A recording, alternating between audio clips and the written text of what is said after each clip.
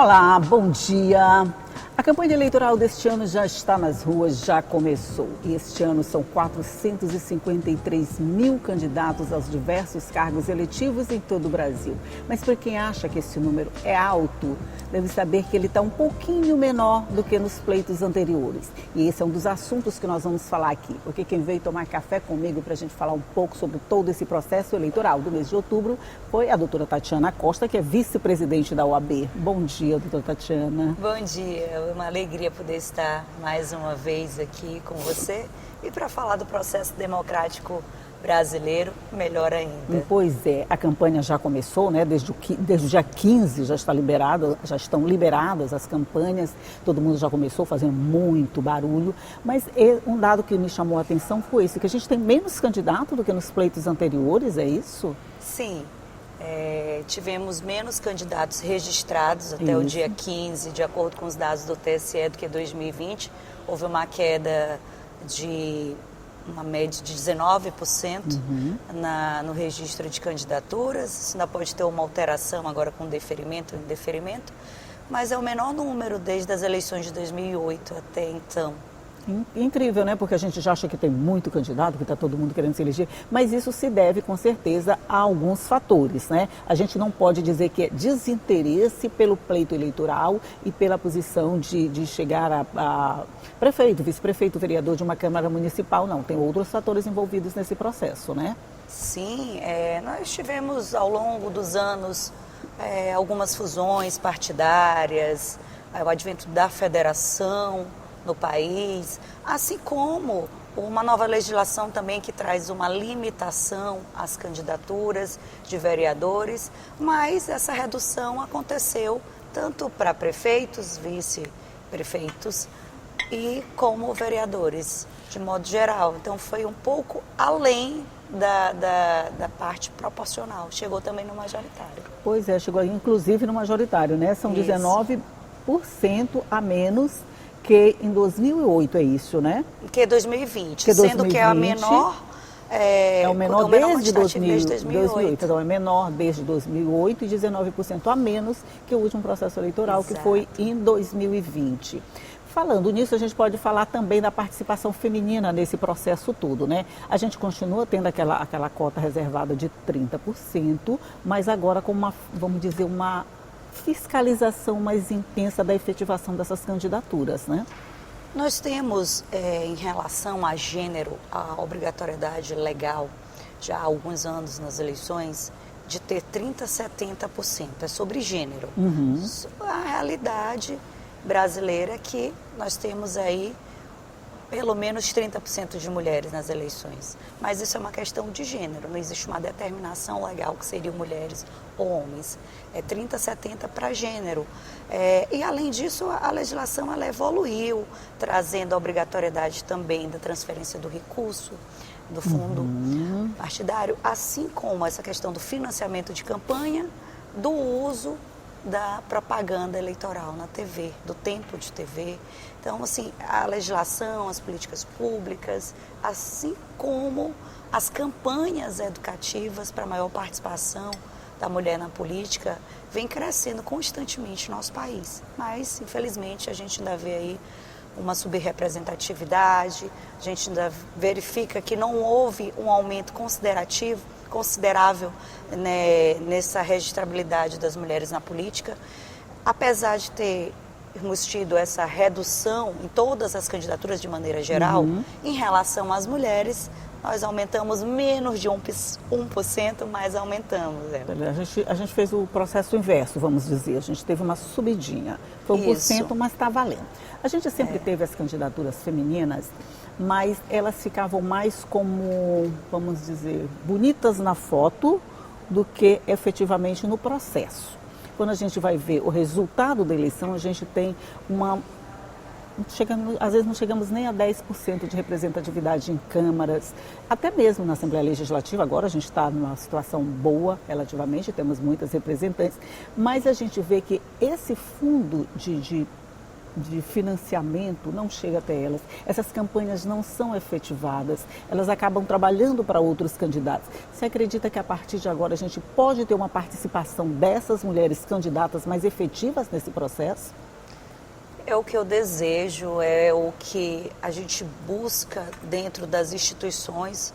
Eu hoje, como representante da Ordem, a gente trabalha mais a maior participação das mulheres em espaços de poder e decisão, através das comissões, a Comissão da Mulher e da Advogada, a própria Comissão da Advocacia Eleitoral, através do Observatório de Combate à Violência Política, assim como uma nova comissão que é a Comissão de Acompanhamento de Candidaturas Femininas, para que a gente possa reunir essas comissões, estar ao lado também dos direitos humanos, da igualdade racial, da verdade, escravidão negra, para trazer da diversidade sexual um ambiente democrático onde as mulheres possam participar com segurança. Porque uma das coisas que afasta a mulher, como você disse, da política, eu diria que é essa falta de liderança feminina nos partidos, essa violência política que acontece desde o momento que a mulher se diz candidata, e uma realidade triste que a gente viu nos últimos anos foi a necessidade da perda de mandato de maneira judicial através baseado nessas candidaturas fictícias, como você trouxe na sua fala. É verdade, a gente teve alguns problemas, né? Não é nem problemas, a gente teve algumas realidades, né, de perda de mandato por conta dessa representação meio fictícia mesmo.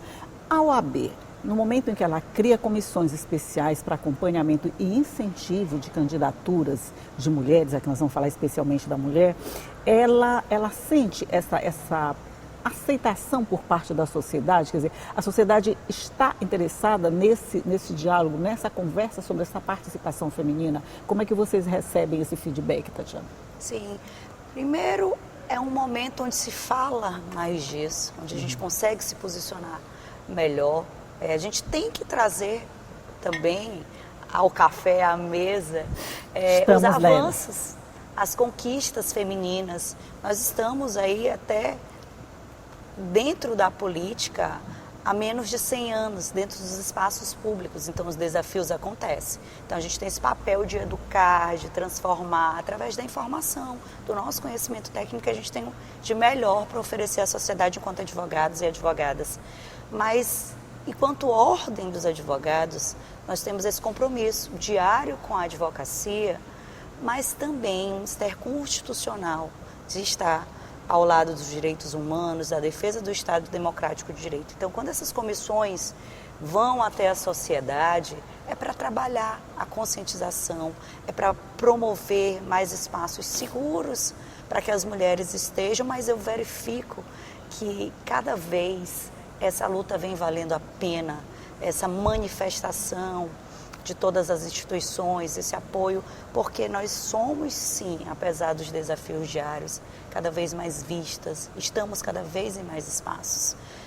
E eu posso falar isso dentro da ordem, dentro dos espaços políticos de liderança, mas ainda temos muito a construir. Agora mesmo, nós assinamos um termo de parceria com o TRE, aqui do Maranhão, com o Ministério Público Eleitoral, para poder acompanhar e combater violência política durante esse pleito eleitoral, durante a campanha. Nós sabemos que ela acontece na pré-campanha, na campanha e, infelizmente, durante os mandatos. É verdade. Isso afasta as mulheres, esse receio da exposição, do ataque pessoal, inclusive as suas famílias, acontece muito e vai piorando. Quando se fala em mulher negra, mulher trans, mulher... Cada recorte tem sua, vamos dizer, sua própria dificuldade, né? Quanto mais recortado o papel, por exemplo, você é negra, trans, mulher, juntou todo mundo, o recorte fica tão pequenininho que parece que a violência chega com mais força nesses pedaços. Mas, ao mesmo tempo, quando a gente percebe que a gente tem um crescimento de 1%, né, nessas candidaturas, a gente pode dizer, a gente está no caminho certo. Ainda é um crescimento verdade. que nos entristece, sim, mas como você disse, a gente precisa avaliar o porquê disso tudo. E quando eu trago para você os desafios, eles são constantes, mas que aumentamos para 34% o registro de candidaturas em meio a uma redução de candidaturas exatamente sobre isso. No cenário geral de homens e mulheres candidatos. Isso é um avanço. E talvez seja porque hoje a gente vê mais lideranças dentro dos partidos, a gente vê X partido mulher, a gente vê esses recortes, se falar mais disso, da importância feminina, de quanto a sociedade vem cobrando, porque nós não somos minoria, nós somos a maioria no eleitorado. Nós somos a maioria e somos tratadas como se estivéssemos pedindo favor para ocupar um espaço de destaque dentro de um processo geral, né? Ninguém leva em conta. Você acredita que, por exemplo, se a gente às vezes fica pensando assim, mulher não vota em mulher. Todo mundo reclama, não é bem assim, mas nós somos mais de 50% do eleitorado. Sim. Logo, nós temos maioria. Por que a gente não consegue chegar nessa representatividade? Vamos deixar essa resposta para o próximo bloco, vamos só fazer um intervalinho aqui, vamos tomar nosso café e a gente volta já já para continuar conversando. É um minuto só e a gente volta já.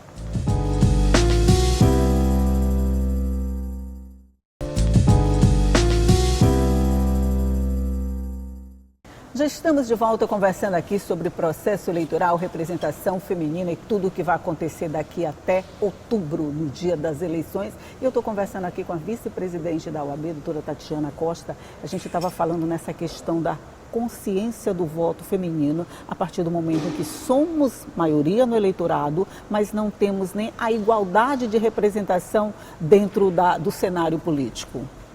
Sim.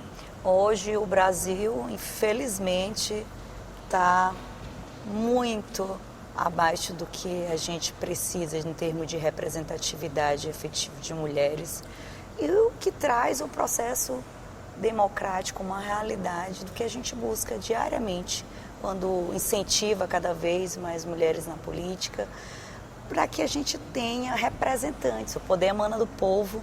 Nós estamos aqui para ser representados, o processo democrático é isso, e a gente quer que lá estejam pessoas de todos os segmentos da sociedade. Sim. E se somos maioria, precisamos ter esse espaço de direito para que possam ser promovidas mais políticas públicas voltadas a nós, mulheres. Então, o voto consciente é importante.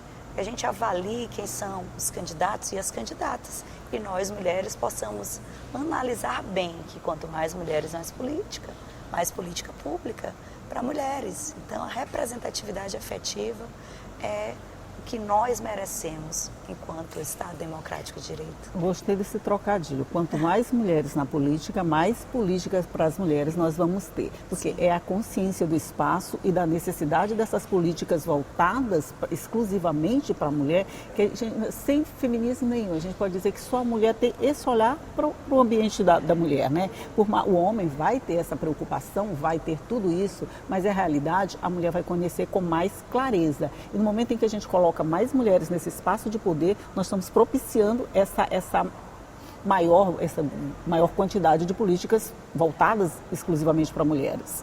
Sim, essa é a minha visão dentro da esfera da democracia. Quando a gente tem os representantes lá que conseguem ter essa visão voltada para o público e especialmente mulheres, que vão estar investindo em políticas públicas femininas, em legislações. A gente vê essa alteração, essas mudanças, seja quando os tribunais, TSE, quando estava ali liderado por uma mulher, quanto evoluiu a questão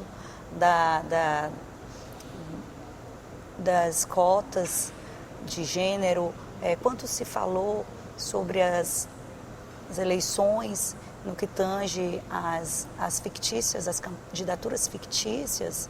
Então, assim, a gente vê essa evolução com mulheres. É como nós podemos estar aqui, nós que somos mulheres, juntas, você tratando dessa temática tão relevante para a sociedade, eu poder estar na ordem, tendo essa visão voltada às advogadas, a gente consegue ter um olhar diferente. Somos mulheres, Pois entendemos as necessidades reais. E só através diárias. desse voto consciente é que a gente vai chegar nesse estágio que a gente quer, né? Por exemplo, a gente tem um exemplo aqui na Assembleia Legislativa, quando pela primeira vez em mais de 180 anos, a gente tem uma mulher na presidência e temos a maior bancada feminina que já tivemos, 12 mulheres eleitas, né? A gente vai dizer, esse número ainda não representa nem 30%, nem 40%.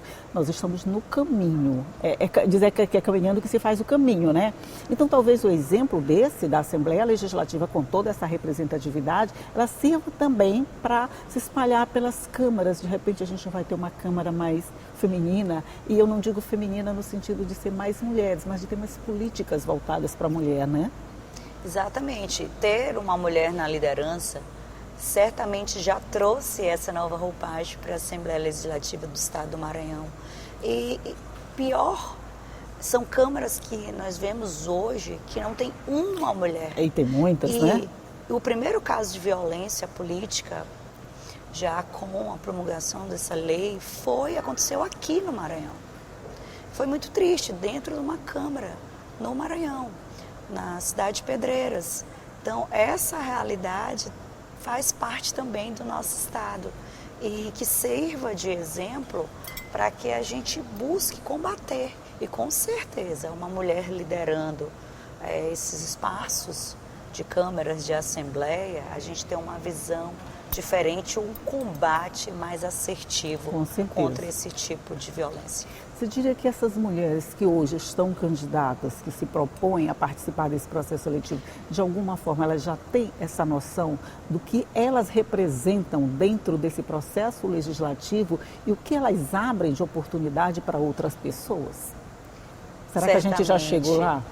É óbvio que dentro dessa conjuntura que eu falei que nós mulheres estamos nos espaços públicos, nesse espaço da política, até como votantes há pouco mais de 90 anos, nós ainda temos que evoluir na conscientização. Por isso que a educação é tão importante, promover palestras, iniciar essa educação política nas escolas, essa base, essa formação de liderança nas comunidades, nos partidos é necessário, sim. Mas eu tenho certeza que já evoluímos nessa consciência dos nossos espaços, que somos mulheres, e aí eu trago a minha visão mesmo feminista, que podemos estar em todos os lugares, que temos capacidade, preparo e que a boa sorte é essa. É o encontro da preparação com a oportunidade que nós mulheres, como eleitoras, possamos dar mais oportunidade para mulheres como candidatas. Esse é o voto consciente. E oportunidade que a gente vai buscar, que a gente não espera ela caindo do céu, não. A gente se prepara, eu vou ficar esperando a oportunidade. Não, a oportunidade está aí, corre atrás. A partir do momento em que a gente tem presidente na Assembleia Legislativa, temos vice-presidente na Ordem dos Advogados do Maranhão, a gente pode dizer que a gente já está bem na fita, né? Mas a gente precisa melhorar essa performance. Muitas comissões, né, da OAB também já são presididas por mulheres, são mulheres que já têm um espaço de poder, quer dizer, um espaço de destaque. A gente estava acostumado a ver só homens lidando com essa situação. Hoje a gente já vê mulheres, a gente se sente representada, dá vontade de dizer assim, eu também quero esse lugar. Então, é através desse voto consciente que a gente chega lá. Olha, eu adorei esse seu destaque, porque não é que nós temos que estar em todos os espaços e queremos tomar os lugares, não. Democracia é uma representatividade de todos os segmentos sociais, de homens e mulheres em espaços de poder e decisão. A gente quer o nosso espaço de direito. A gente não está tomando de ninguém, que é o nosso. A gente quer o nosso espaço, seja na política partidária, seja na política institucional. E eu tenho um grande orgulho de ser uma mulher eleita, autodeclara negra, e me sinto realizada de participar dessa primeira gestão paritária. E que esse seja um exemplo para todas as instituições, para as empresas, inclusive para a política partidária brasileira, a paridade. Então, hoje nós temos 50% de homens e 50% de mulheres na gestão da Ordem dos Advogados do Brasil. E aqui na Seccional do Maranhão nós temos muito orgulho de dizer que nós reconhecemos, além dessa obrigação, a importância de mulheres liderarem as comissões, hoje as comissões que eu te falei, Sim, ainda há sim. pouco, que estão ao redor dessa nova comissão, que é a Comissão de Acompanhamento de Candidaturas Femininas, Direitos Humanos, Igualdade Racial, Verdade e Escravidão Negra, todas são lideradas por mulheres. O Observatório de Candidatura, de Combate à Violência Política são liderados por 2 advogadas eleitoralistas. Então, para mim, é uma grande realização. De nada vale estar em espaços de poder se não for para a gente poder vir aqui e trazer uma transformação para a realidade atual. A partir daí, a gente pode pensar que a OAB, de alguma forma, ela vai estar inserida nesse contexto de observação de candidaturas, apesar do nome não ser esse, né, com relação à violência política, mas essa observação do comportamento do processo eleitoral e o que pode ser feito para aumentar ainda mais essa representatividade da vontade popular. Nós aguardamos a conclusão do processo de registro de candidaturas. A campanha começou no dia seguinte, agora, no dia 16, e com os dados do TSE, nós vamos acompanhar, fazer essa visita aos partidos políticos, verificar exatamente se está sendo cumprida a legislação, e essa ideia surgiu a partir desse termo de cooperação que nós assinamos com o TRE e com a MPE, na busca do combate à violência política, mas nós entendemos que existe mais a ser analisado dentro da legislação atual e a ser acompanhado, como você disse, nas candidaturas femininas. Estamos aqui para servir a sociedade, as comissões são os nossos braços dentro da sociedade. Nós teríamos muito mais para falar, mas nós vamos ter muito tempo daqui até outubro, até o dia da eleição, ainda tem muita coisa acontecendo. Mas muito obrigada pela sua participação hoje, por me ajudar a fazer o café nessa manhã. É uma alegria sempre estar com você, estar ao lado de uma mulher que busca valorizar, dar espaço e voz para outras mulheres. E vou te deixar até uma mensagem especial. A gente está aqui no Agosto Lilás. É um mês da advocacia, também um mês de agosto. Eu quero deixar aqui os parabéns a todos os advogados e advogadas, os nossos homens e mulheres de ordem que nos ajudam a construir uma sociedade cada vez mais democrática e igualitária. Mas a gente está também no mês de combate a todos os tipos de violência. De modo muito especial, o Agosto Lilás fala da violência doméstica, mas que juntos nós possamos combater todas as violências e agora, especialmente, a violência política de gênero nessas eleições, que juntos possamos dar voz e os braços e as mãos para essas mulheres, para ajudá-las a ter um processo democrático livre, igualitário. E agora, 26 de agosto, também é o Dia Internacional pela Igualdade. E juntas podemos construir uma história nova para todo o Brasil dentro desse processo democrático. Parabéns. Então, em seu nome, parabéns a todos que fazem esse trabalho e que a gente tenha muito mais repercussão de tudo isso em todos os pontos da nossa sociedade para que, enfim, a gente chegue numa sociedade igualitária. É o nosso sonho, não sei que a gente vai ter essa realidade agora, mas sonhar é o primeiro passo para se conquistar uma realidade melhor. E se a gente sonhar junto assim, fica bem mais fácil. Diz que sonha que se sonha junto já é quase uma realidade, né? Verdade. Tatiana Costa, vice-presidente da OAB, muito obrigado mais uma vez e bom dia. Bom dia. Bom dia para você que está aí do outro lado, que sabe que todo dia eu estou aqui te esperando às 9 horas da manhã, cheia de notícias, cheia de informação, para você começar muito bem o seu dia. Tchau e até a próxima.